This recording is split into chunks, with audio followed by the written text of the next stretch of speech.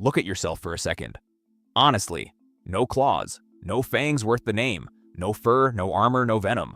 You cannot outrun a house cat. Your skin tears on a rosebush.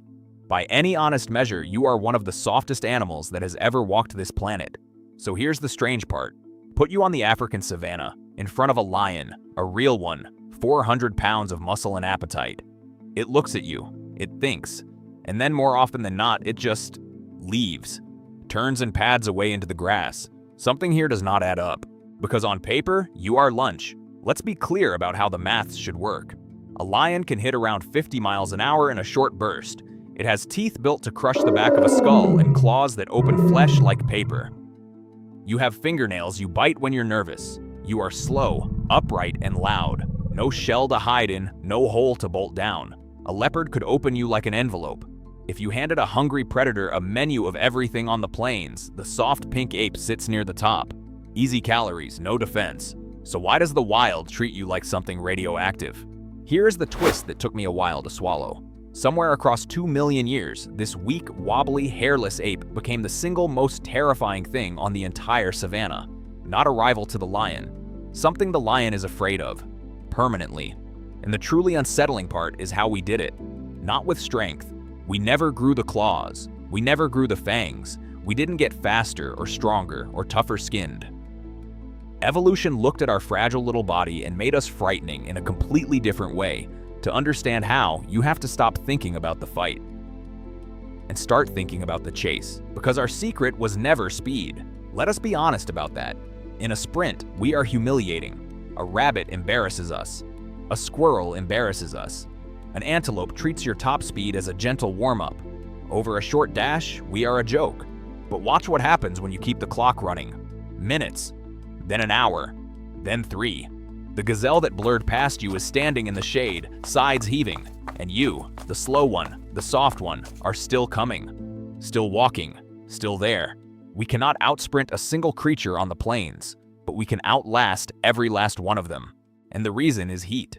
Every muscle that moves burns fuel, and burning fuel makes warmth, and that warmth has to go somewhere or the body cooks itself from the inside.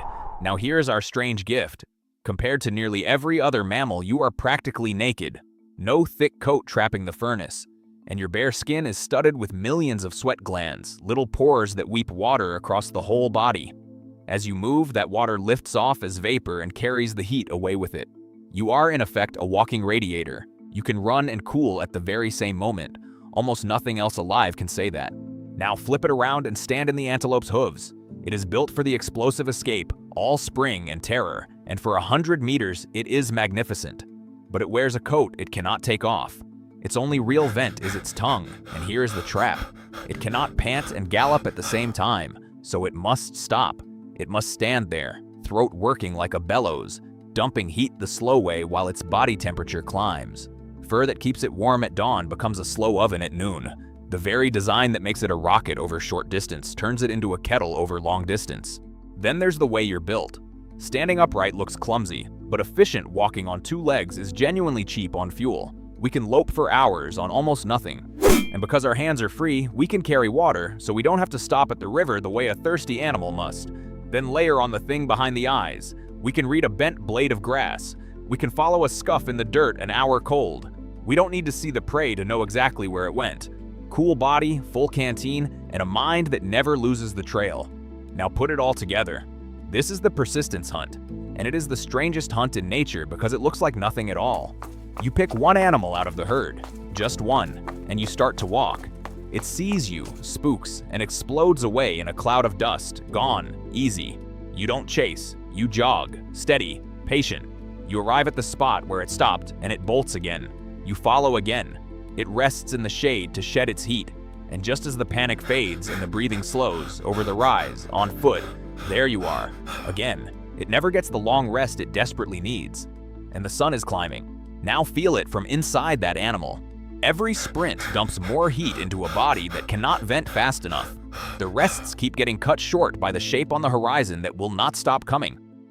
Its temperature ratchets up, notch by notch, hour by hour, through the white heat of midday. The legs turn to wet sand. The vision swims.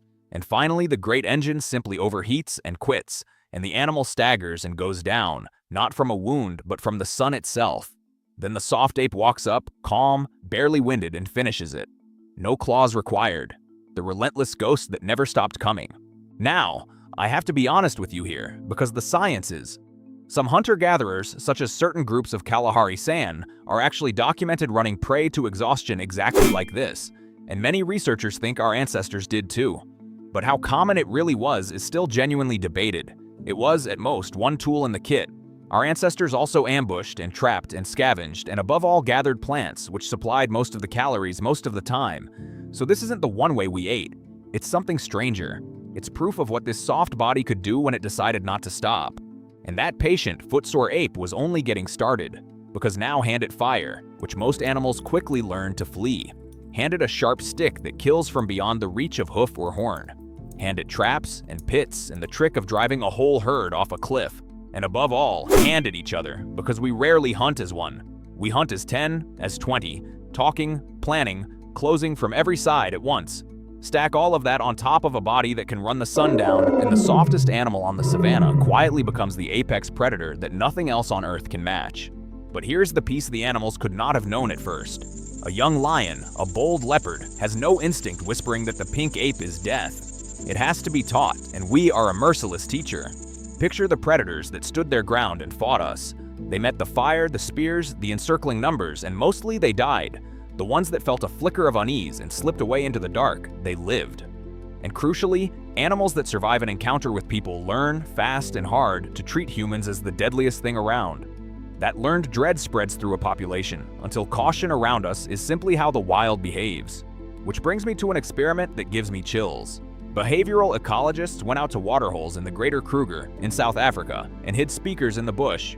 When an animal came to drink, they played a sound, sometimes lions snarling, sometimes gunshots, sometimes barking dogs, and sometimes just the most ordinary thing imaginable, the murmur of humans talking, calm, everyday conversation about absolutely nothing. Then they filmed what happened next. 19 different mammal species, from antelope to elephants to rhinos to the lions themselves, came to that water. And what the recordings caught is genuinely hard to shake. The animals were more afraid of us than of anything. Not the lions, not the gunshots. Us. Just talking. In that study, wildlife were about twice as likely to flee and left the waterhole roughly 40% faster for the sound of human voices than for the roar of lions. Around 19 and 20 species reacted more strongly to people than to any other sound. And in related work elsewhere, big cats have even abandoned a fresh kill, food they had bled for, at nothing more than the murmur of human speech. A predator's roar is a threat you might manage. A human voice is a threat you simply do not risk. So sit with what that means.